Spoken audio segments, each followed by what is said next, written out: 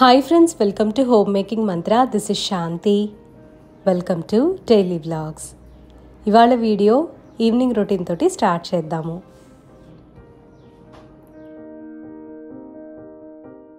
Siddhu school నుంచి రాగానే తనకి స్నాక్గా స్ట్రాబెర్రీ మిల్క్ షేక్ ఇద్దాము అని అనుకున్నా. వేడిగా ఉంది కదా అని చెప్పి పెరుగు వేసేసి స్ట్రాబెర్రీ యోగర్ట్ షేక్ లాగా చేసి ఇచ్చాను. స్ట్రాబెర్రీ సీజన్లో ఉన్నాయి కదా, దొరికిన చోటల్లా తెచ్చుకుంటున్నాను. ఒకవేళ లేకపోతే బయట బిగ్ బాస్కెట్లో అయినా సరే ఆర్డర్ చేస్తున్నాను. పెద్ద సైజులోనూ చాలా బాగుంటున్నాయి అన్నమాట టేస్ట్. ఇప్పుడు ఇంతకుముందు చిన్న చిన్నగా పుల్లగా ఉండేవి. స్ట్రాబెర్రీ షేక్ని చాలా విధాలుగా చేసుకోవచ్చు. ఒకవేళ పాలు పెరుగు అలాంటివి యూజ్ చేయడం ఇష్టం లేదు అని అనుకుంటే కొద్దిగా ఓట్స్ వేసి అందులో వాటర్ కలుపుకొని చక్కగా బ్లెండ్ చేసుకున్నా సరే క్రీమీగా వస్తుంది. స్వీట్ కోసం అని చెప్పి కొద్దిగా షుగర్ యాడ్ చేస్తున్నాను. ఇంతవరకే యాడ్ చేస్తాము. నెక్స్ట్ మిక్సీ పట్టుకోవాలి. టేస్టీ యోగర్ట్ షేక్ రెడీ అయింది. మిల్క్ యాడ్ చేసుకుంటే మిల్క్ షేక్. ఒకవేళ మిల్క్ షేక్లో మీకు ఐస్ క్రీమ్ అది యాడ్ చేసుకోవాలంటే వేసుకోవచ్చు. సిద్ధు స్కూల్ నుంచి ఇప్పుడే వచ్చాడు. స్ట్రాబెర్రీ మిల్క్ షేక్ ఇచ్చాను. ఇంకా ఇప్పుడేమో పెసరట్టు వేస్తున్నా. వాడికి పెసరట్టు బాగా నచ్చిందంట. కొద్దిగా పెసరపిండి ఉంచాను. సో దీంతో వేసేస్తాయి. ఇప్పుడు సిద్ధుకి ఎగ్జామ్స్ జరుగుతున్నాయి అన్నమాట. వాడు రూమ్లో చదువుకుంటా ఉన్నాడు. ఇంకా నేనేమో కొంచెం రికార్డ్ అది చేసుకుంటున్నాను. శ్యామ్లార్ నవరాత్రుల గురించి చెప్పాను అనమాట. సింపుల్గా ఎటువంటి హడావిడి లేకుండా ఎలా చేసుకోవాలి అని చెప్పి. సో ఎవరికన్నా ఇంట్రెస్ట్ ఉంటే నిన్నటి వీడియో చెక్ చేయండి. ఈవినింగ్ 6 తర్వాత అట్లాగా కొంతసేపు వాక్ చేసేసి కూర్చొని ఎడిటింగ్ చేసుకొని వాయిస్ ఓవర్ చేస్తూ ఉండగా మధ్యలో డిన్నర్ ప్రిపేర్ చేయాలి కదా. సో మళ్ళీ కిచెన్లోకి వచ్చి ఇడ్లీ వేసేసి పల్లీలు అండ్ కొబ్బరితోటి చట్నీ చేస్తున్నాను. మిరపకాయలు వేసుకొని చేసుకుంటే చాలా బాగుంటుంది. ఈ రెసిపీ అందరికీ తెలిసిందే కదా అని నేను పోస్ట్ చేయటం లేదు. సో డిన్నర్ కూడా మొత్తం రెడీ అయిందనమాట. ముగ్గురం కూడా లైక్ 7-7:30 ఆ టైంలో తినేసాము. డిన్నర్ తర్వాత మళ్ళీ వాయిస్ రికార్డ్ చేసుకుంటున్నాను. అది కూడా ఫినిష్ అయ్యాక ఇంకా కాసేపు సిద్ధు నేను మా హస్బెండ్ ఏదో కూర్చొని అలా మాట్లాడుకొని ఇంకా మళ్ళీ నా కిచెన్లో పని నాకు అట్లా ఉంటుంది కదా. పెరుగు తోడు పెట్టుకోవటము, నెక్స్ట్ డే కావాల్సినవన్నీ చూసుకోవటము. సో ఎవ్రీడే ఇట్లాగా ఈ ఈవినింగ్ టు నైట్ రొటీన్ అనేది నడుస్తూనే ఉంటుంది. నెక్స్ట్ డేకి ప్రిపరేషన్స్ చేసుకుంటే చాలా హెల్ప్ఫుల్గా ఉంటుంది. ఫ్రీక్వెంట్గా హెయిర్కి ఆయిల్ అప్లై చేస్తూ ఉన్నాను. తలకి నూనె రాసుకున్నప్పుడు కుంకుడుకాయలతో వాష్ చేసుకోవటము నాకు అలవాటు. అలా చేసుకుంటే తల చాలా ఫ్రెష్గా ఉంటుంది. అసలు ఆయిల్ అనేది ఉండదన్నమాట. అంటే షాంపూతో సరిగ్గా వెళ్ళదు కదా, తల క్లీన్ అవ్వదు. అందుకని కుంకుడుకాయలు నానబెడుతున్నాను. రేపు మార్నింగ్ ఉడకపెడతా. హెయిర్కి ఆయిల్ అప్లై చేస్తున్నా కాబట్టి ఒక టిప్ షేర్ చేస్తాను. తలకి నూనె రాసుకున్నప్పుడు పైన మాడు దగ్గర మసాజ్ చేస్తాము, లేదా ట్యాప్ చేస్తూ ఆయిల్ అప్లై చేస్తాం కదా. అక్కడ కొంచెం మనం ఎక్కువ మసాజ్ చేసుకున్నాము అని అంటే డైజెషన్ బాగా అవుతుంది అని రుజుతా దివేకర్ తన వీడియోస్లో చెప్పారు. ఇది ఇంతకుముందు కూడా చెప్పాను, కానీ ఎవరన్నా తెలియని వాళ్ళు ఉంటారు కదా అని ఇటు నేను నూనె రాసుకుంటున్నా అని షేర్ చేస్తున్నా. తలనొప్పిగా ఉందని నవరత్న ఆయిల్ అప్లై చేసుకున్నాను. ఏదో కొంచెం రిలీఫ్ వస్తుంది. మన వ్యూవర్ ఒకరు అడిగారు, హ్యాంగింగ్ మనీ ప్లాంట్స్కి మీరు వాటర్ ఎలా చేస్తారు, కింద వాటర్ పడతాయి కదా వాటర్ పోసినప్పుడు అని. ఒక్కొక్కసారి ఏమో కొంచెం కొంచెం వాటరే పోస్తాను, పాట్లోనే ఉండిపోతాయి. ఫుల్ వాటరింగ్ చేయాలి, లీవ్స్ మీద కూడా పడాలి అని అంటే తీసి ఇట్లా సింక్లో పెట్టి వాటర్ చేయటం, లేదా బాత్రూంలో పెట్టేసి ఫుల్గా ఒకసారి షవర్ ఇచ్చేస్తాను. చక్కగా డస్ట్ అంతా పోతుంది, క్లీన్గా మెరుస్తూ ఉంటాయి. రాత్రి పడుకునే ముందు చలికాలంలో, వర్షాకాలంలో లేదా బాగా చల్లగా ఉంది అని అన్నప్పుడు ఖచ్చితంగా నేను 1 కప్పు వామ్ వాటర్ తాగుతాను. గోరువెచ్చటి నీళ్ళు తాగటం వలన నేజల్ కంజెషన్ అనేది ఉండదు. ఇంతకుముందు బాగా నాకు ఈ ప్రాబ్లం ఉండేది అలర్జీ వలన. అంటే నాకు ఊరికే స్మెల్కి అలర్జీ వస్తుందని అంటా కదా. సో అప్పుడు అలవాటైంది. ఇప్పుడు ఆ ప్రాబ్లం అంతగా లేదు. అంటే 3 o'clock అట్లాగా నేజల్ కంజెషన్ లేదు. బట్ స్టిల్ ఈ వామ్ వాటర్ తాగటం అనే అలవాటైతే ఇలా కంటిన్యూ చేస్తున్నాను. మళ్ళీ ఇంకో ఫ్రెష్ డే తోటి స్టార్ట్ చేశాను. పొద్దున్నే నిద్ర లేవటము, ఫ్రెష్ అవ్వటము, కిచెన్లోకి రావటం, లంచ్ బాక్స్, ఇవన్నీ హడావుడి కదా. సిద్ధుకి లంచ్ బాక్స్లోకి మష్రూమ్ మసాలా చేస్తున్నాను. యాక్చువల్లీ మష్రూమ్ కుర్మా ఇది నా ఓన్ రెసిపీనే. పొటాటో కుర్మా మనం ఎలా చేస్తామో సేమ్ అట్లాగే మష్రూమ్స్ యాడ్ చేసి చేసుకోవటం. అండ్ ఇక్కడ ఒక విషయం చెప్పాలి, మన వ్యూవర్స్ ఎందుకో చాలామంది మష్రూమ్స్ ఎలా క్లీన్ చేస్తారని అడుగుతున్నారు. అంటే ఇది క్వశ్చన్ ఎందుకు వస్తుందో అర్థం కావట్లా. మేబీ ఆ మష్రూమ్స్ మీద కొంచెం స్టిక్కీ లేయర్ లాగా ఉంటుంది కదా వాష్ చేసేటప్పుడు, అందుకనేమో. సింపుల్గా క్లీన్ చేసేస్తాను. వాటర్లో కొద్దిగా సాల్ట్ వేసి రబ్ చేసేసి మళ్ళీ ఒక 2 టైమ్స్ వాష్ చేస్తాను. పీసెస్ కట్ చేసి ఇప్పుడు మ్యారినేట్ చేస్తున్నా. 1 కప్పు పెరుగులో ఉప్పు, కారం, పసుపు యాడ్ చేసుకొని మ్యారినేట్ చేసేసి పక్కన ఉంచుతున్నా. గ్రేవీ కోసము హోల్ స్పైసెస్, ఆనియన్, టొమాటో ఇవన్నీ కూడా ఫ్రై చేసుకుంటున్నాను. మగ్గిన తర్వాత చల్లార్చి మిక్సీ పట్టుకోవాలి. అదే ప్యాన్లో కొంచెం ఆయిల్ తీసుకొని అల్లం వెల్లుల్లి పేస్ట్ ఫ్రై చేసుకోవాలి. మాడనివ్వకూడదు. ధనియా పౌడర్, జీరా పౌడర్ యాడ్ చేసుకోవాలి. ఇవాళ కుర్మా ప్రిపేర్ చేస్తున్నాను కాబట్టి పెరుగు వేసి చేస్తున్నాను. సో ముద్ద మసాలా యాడ్ చేయటం లేదు. ఒకవేళ మీరు పెరుగు వేయకుండా ముద్ద మసాలా వేసి చేసుకున్నా సరే చాలా బాగుంటుంది. ఇంతకుముందు ఆల్రెడీ ముద్ద మసాలా రెసిపీ నేను షేర్ చేశాను. లింక్ని డిస్క్రిప్షన్లో ప్రొవైడ్ చేస్తాను.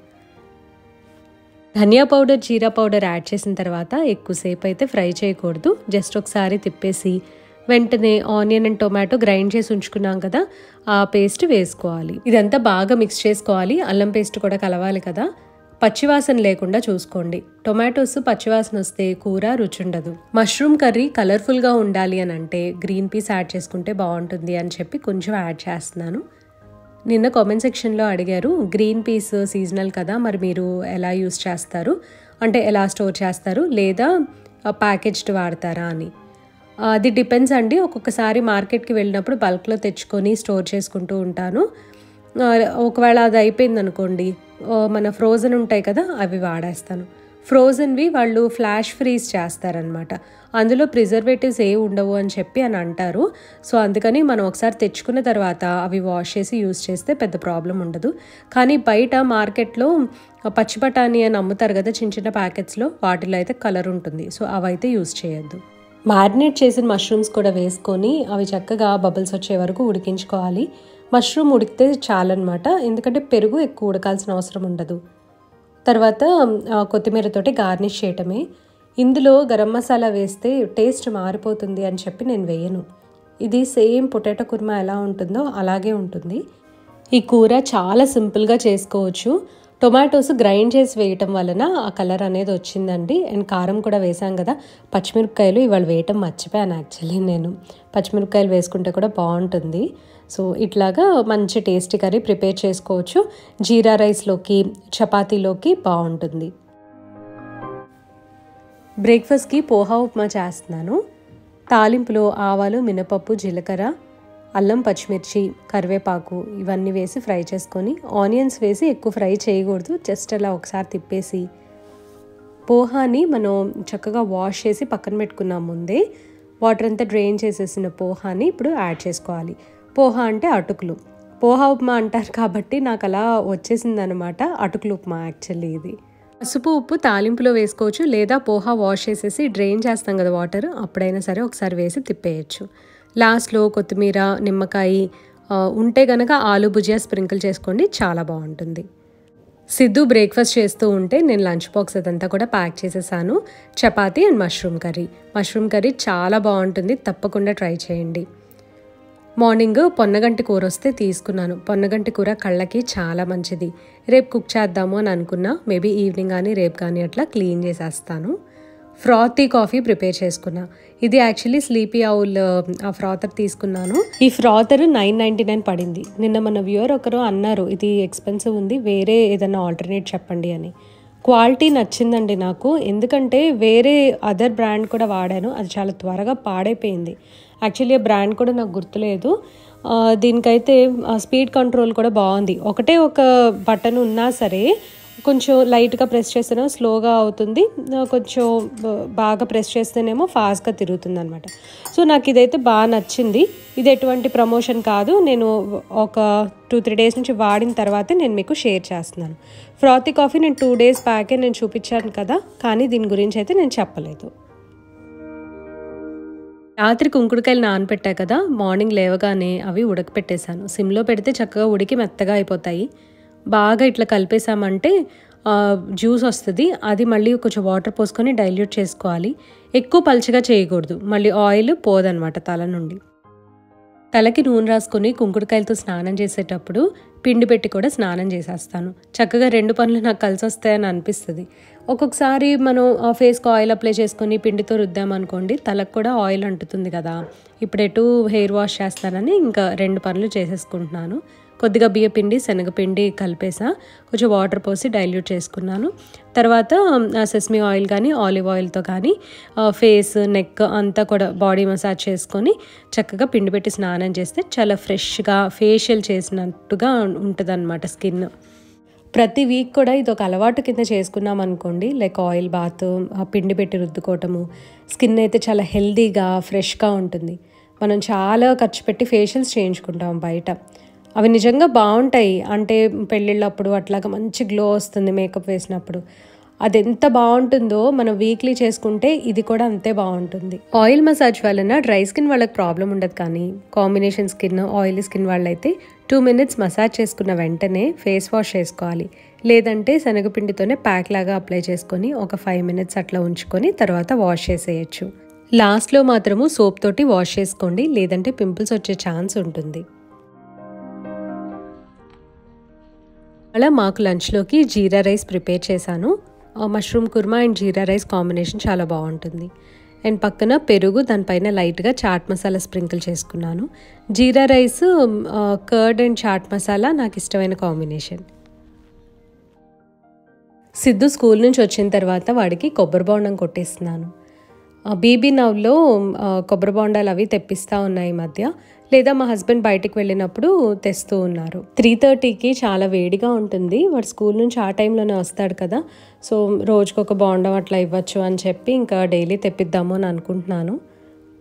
రోజుకో కొబ్బరి బోండం తాగితే కూడా స్కిన్ చాలా బాగుంటుంది, చాలా హెల్దీగా ఉంటుంది. నేను కూడా కొబ్బరి బోండం కొట్టుకొని తాగుతున్నాను. మొన్న ఒకటి రీల్ అనుకుంటా చూశాను, కొబ్బరి బోండంలో షియా సీడ్స్ వేసేసి తాగుతున్నారు. అది అర్థం కాల నాకు, అవి జెల్లీలాగా అయిపోతాయి కదా, వాటర్ సరిపోతాయా లేదా అని. ఐ డోంట్ నో, అంటే గ్లాస్లో పోసుకొని తాగట్లేదు అనమాట. అలాంటివన్నీ అయితే నేనైతే ట్రై చేయను. మామూలుగా వాటర్లో షియా సీడ్స్ వేసుకొని తాగేస్తాను. మార్నింగ్ కూరలోకి ఆనియన్స్ కట్ చేశా కదా, సో మళ్ళీ ఆనియన్ వాటర్ ప్రిపేర్ చేస్తున్నాను. ఆనియన్ వాటర్ ఎన్నిసార్లు చూపించినా సరే ఎలా చేస్తారు అని చెప్పి మన వ్యూవర్ ఒకరు అడుగుతానే ఉన్నారు.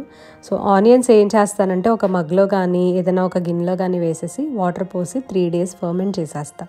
దాని తర్వాత మళ్ళీ డైల్యూట్ చేసి మొక్కలకి ఇవ్వచ్చు. ఆనియన్ పీల్స్ ఉండిపోతాయి కదా, అవి కంపోస్ట్లో యాడ్ చేసుకోవచ్చు, లేదంటే ఏదైనా మట్టిలో కలిపేసేయండి ఏదైనా మొక్కలో. అట్లాగా మనం ఏ పార్ట్ కూడా వేస్ట్ చేయకుండా చక్కగా ఆనియన్ వాటర్ అంతా వాడేసేయచ్చు. పుల్లటి వాసన రాకుండా, ఫంగస్ పట్టకుండా చూసుకోండి, అట్లా అయితే పురుగులు రాకుండా ఉంటాయి. ఆనియన్ వాటర్కి చీమలు అవన్నీ కూడా రావు. మన వాళ్ళు ఒకళ్ళు ఈ మొక్క పేరు అడిగారు.